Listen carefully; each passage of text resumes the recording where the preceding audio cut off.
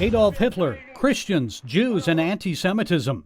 More now with film producer and author Raphael Shore. In your 2005 film, Obsession, you presented the idea of a parallel between the Nazi movement in World War II Germany and the Islamic extremism that we're witnessing today. And that was quite perceptive because it's 20 years later, we saw the Holocaust played out by Islamists in Israel on October 7th. So what must people understand about the connection of the founders of the modern Islamist movement and Adolf Hitler?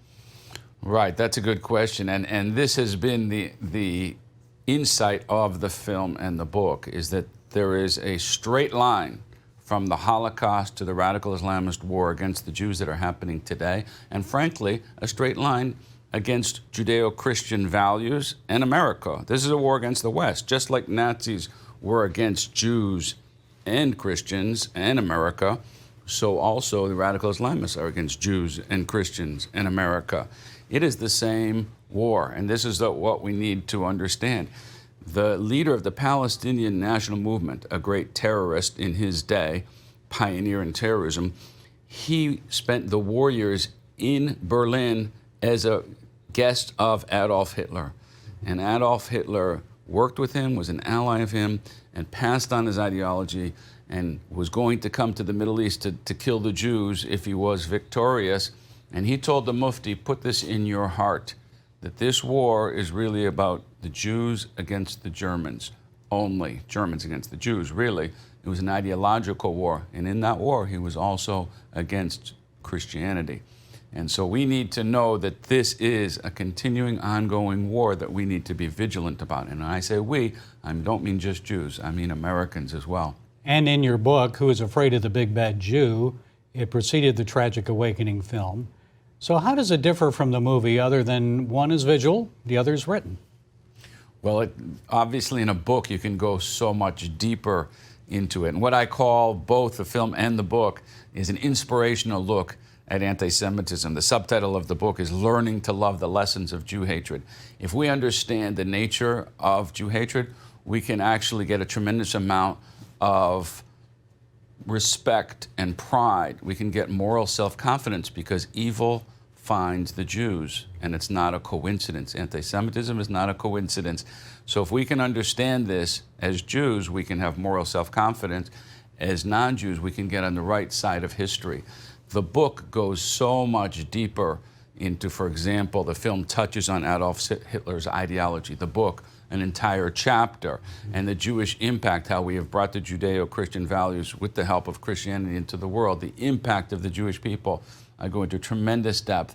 And of course, the most important thing, the inspiration for what it means to Jews and non-Jews to fight the spiritual battle that really anti-Semitism is all about. That's the core. We can rise and fight this because it's a spiritual phenomena that needs to be fought spiritually as well as physically. I want to ask you about that again in a moment, but I found it interesting in the book you have a section called Another Enemy, Christianity. And you quote Hitler stating that Christianity is an invention of sick brains, and he said the Bible is Jewish mumbo-jumbo. You write that he hated Christianity because of its core values. Explain that. Well, again, this is part of for some reason, we, and I mean Americans or Canadians, that we've been taught a very mistaken narrative on what World War II was about and the Holocaust and what Hitler was about. We've been raised to believe Hitler was just an evil nut job who had no coherent thoughts in his brain. In fact, he had a very coherent ideology that was consistent from 1920 to 1945 till his dying breath. And that ideology was that the Jewish people brought a set of ideas into the world that were humanitarianism, love your neighbor, peace on earth, God, ethical monotheism, that he opposed because he believed in survival of the fittest, might makes right, etc. Those two ideologies were opposite. He looks at the world and he says, the Jewish ideology is winning. Why? Because of Christianity. Because Christianity was really the major force that brought these ideas into the world.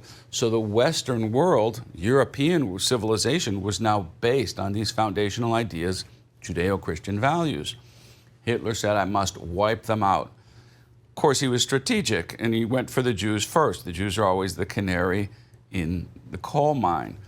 but he was explicit in his writings. It was more secretive, but in his writings and in his personal discussions, he was consistent. He was going to destroy Christianity next because religion and Nazism cannot get along. That was clear. And we need to understand that's today as well. You are a rabbi. I'm assuming you view many of our political challenges through a spiritual lens. So you touched on this. So what's really going on here? Why this rise in hatred and bigotry against the descendants of Abraham, Isaac, and Jacob? Very foundational idea that we explore in the film and the book, and that is that, and this is the shocking thing, that I just explained Adolf Hitler's view. It turns out that the Bible's explanation of anti-Semitism corresponds to Adolf Hitler's explanation of anti-Semitism. In other words, the Bible says, and we go into depth in this, that at Mount Sinai, the Talmud says this, at Mount Sinai hatred came into the world. When God delivered his message to the Jewish people, the revelation at Mount Sinai, he delivered the 10 Commandments and the set of principles and morality that were going to guide humanity and help elevate humanity from being more of a physical or pagan man to an elevated spiritual, moral, sophisticated human being. When that message was delivered and the Jewish people were tasked as messengers of this to bring it to humanity, hatred came into the world. In other words, anti-Semitism is a resistance to the Jewish message of Mount Sinai.